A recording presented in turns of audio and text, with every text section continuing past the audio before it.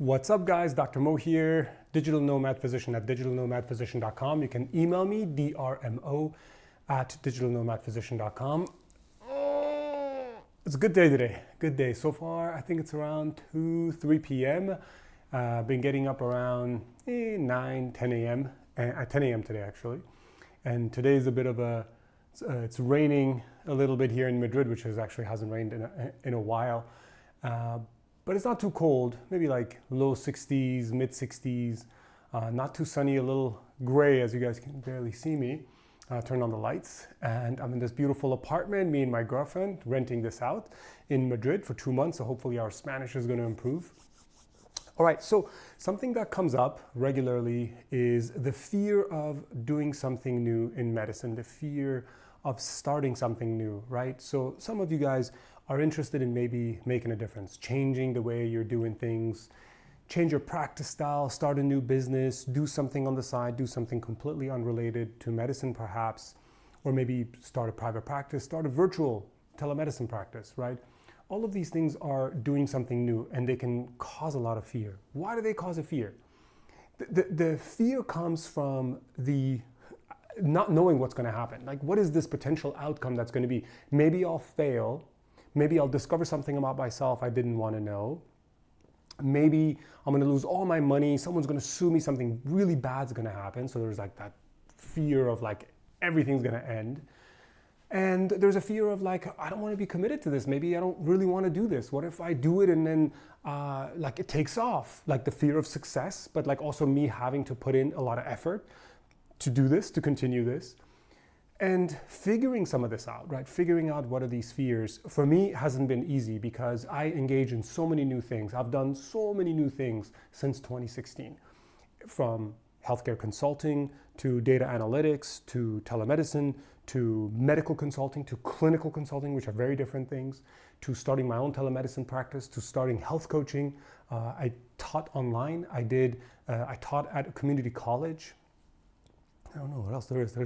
I started getting into like real estate investing, and I invested in new products and new investments. All of these things are new to me, and all of these things had so many fears, but I didn't really know them until I got into it. And even now, when I do new things or when I continue on doing other stuff that I've been doing, there are always new fears. There are always fears that I kind of constantly have to deal with and figure out and just sit with myself and like really love myself, really be patient with myself and be like, all right, Mo, what are you afraid of here? Let's say you do this. What's the worst case scenario? Oftentimes, I'll be honest, one of my big fears, one of my big things that I constantly have a hang up on is money. Anytime I spend money on something, I buy something new, I invest in something new, there's always that fear like, what if I lose all my money? What if this happens? What if that happens? And it's like, I mean, yeah, it's crazy because, you know, my net worth is so high right now and I have so many income streams that it doesn't make sense to have these kind of fears. But the reality is they are there. These are the real fears that I have. And I try to sit with them constantly. And oftentimes when I sit with it and I kind of think through it, like, what am I worried about? I'm worried that I'm going to lose all my money. Is that realistic? Let me do the math. Let me sit here.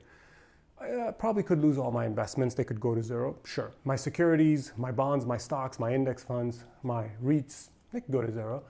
But the real estate probably wouldn't go to zero. They'll take your real estate away. Okay, so we'll take the real estate away. And then what? And then what's left? Okay, so I probably can still work. Okay, you can't work in medicine. You lost your medical license. Like all these crazy things, like just boom, boom, boom, boom, boom, boom. They come at you and they try to make you so afraid. They try to give you these fear things, right? I mean, it's like some people call it the ego, some people call it the sabotaging mind, your ulterior self or whatever. But what do I do? How do I deal with this? How do I work through this? So I sit down with a pen and paper, literally pen and paper or pencil and paper, and I write down like, what would I do to protect against this potential fear? And sometimes some people, I think, can create so many fears that you literally would have to sit for several weeks and months to write down all the fears. I still would. I probably just wouldn't do it all day, every day. I would set aside an hour and I don't think about those fears. Outside of that hour, I really protect my time. I really protect my emotional health. And I say, all right, Mo, you got all this crazy fears right now. Like right now, but it's end of September 29th, 2022. I'm trying to buy a piece of property in Long Beach, California. I'm trying to buy as a investment property is a place that I can land in Southern California, as a place for me and my girlfriend to have, as a place that I can rent out, whatever it is.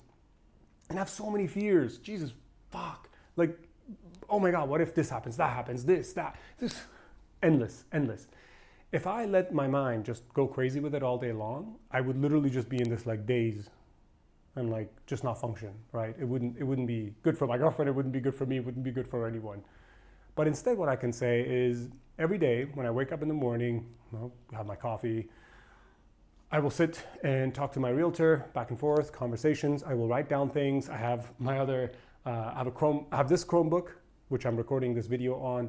And then I have another Chromebook, which is also a convertible, and I can take notes on it, which is really great. And I just put down all my thoughts, all my ideas, all my fears, all the upside and the downside. I try to be rational, And in a way that's been really helpful. In a way, like spending only the amount of time that I think is fair for me to think about this has been a really good way to be like, all right, I'm not gonna let my mind just run away and go crazy. So how does it relate to physicians, right? How does it relate to a physician who wants to start something new, a new private practice, a new coaching business, a new whatever it is that you want to do? And what are these fears? And what do you do with these fears? Chances are there are probably top 3 fears that might come up for someone. So let's say you're a family medicine doctor and you want to start a new cash-based private practice in Southern California, right? First fear is I'm not going to have any patients. Second fear is I'm not going to know how to run the business. Third fear is I'm going to get sued, something really bad's going to happen with a patient.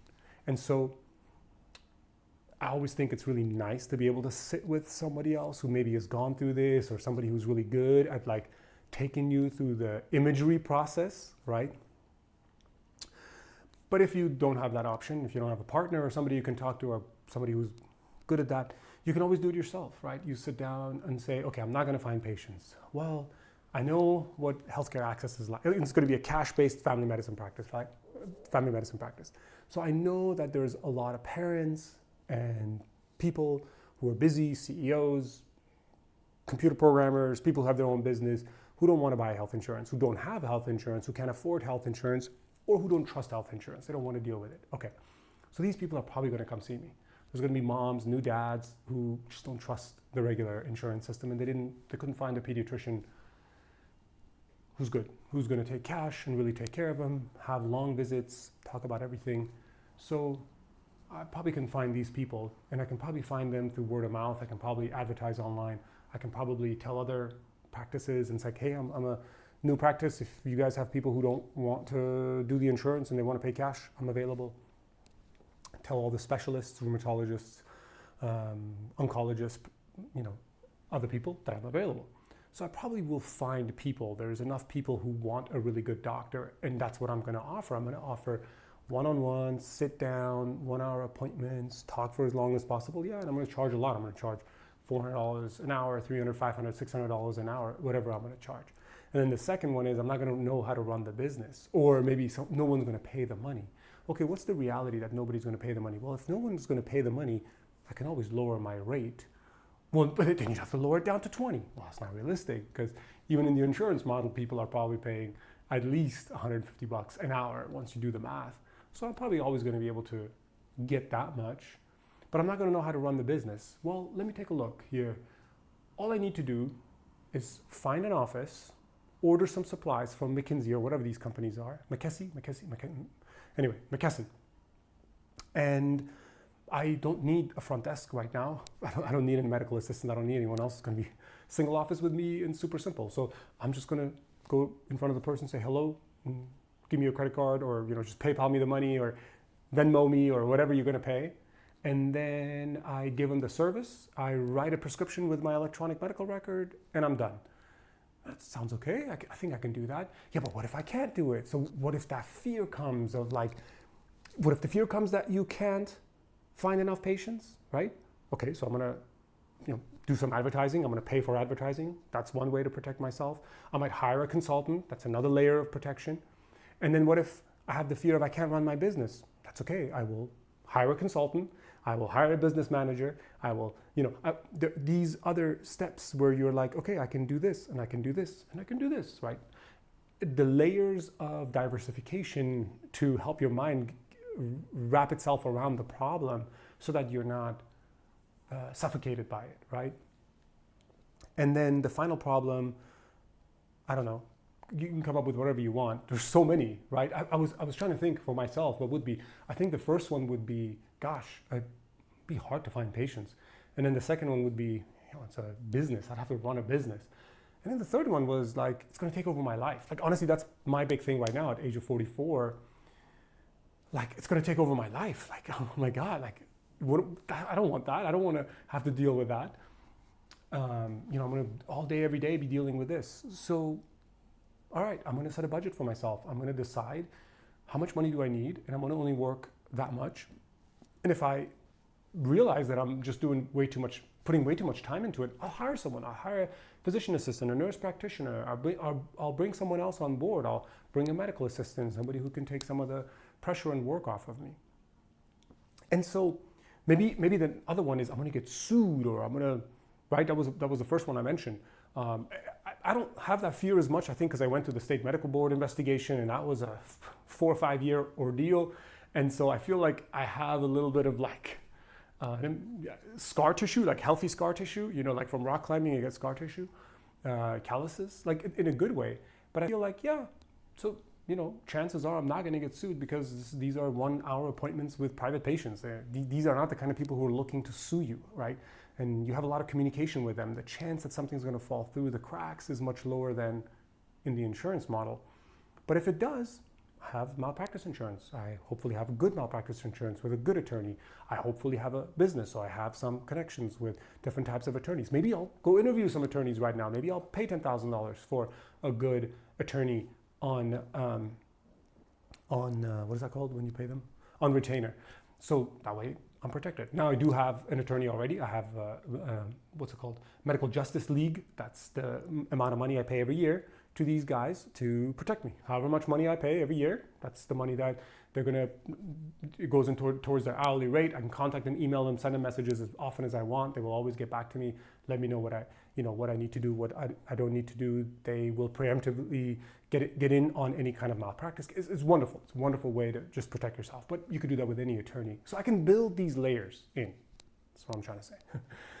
So, yeah, those are the fears. Those are the topics of fears. I think I can give you 1,000 other examples, but writing them down, talking to friends about them, and then coming up with stepwise processes to mitigate that risk.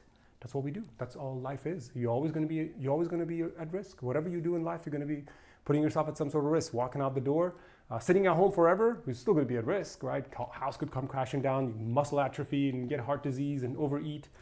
There's no way to avoid risk, but is it worth it to you, right? That's the important part. Anyway, if you guys want to work with me, email me, drmo@digitalnomadphysician.com. Check out the website at digitalnomadphysician.com. Bottom right on the website, you can click on my WhatsApp link, send me a direct message, get back to you right away. Top right, you can click on career coaching and you can work with me. I have 2 open slots right now, so whoever wants to work with me, once you go there, click book, and once the slots are gone, they will appear as empty. All right, guys, take care.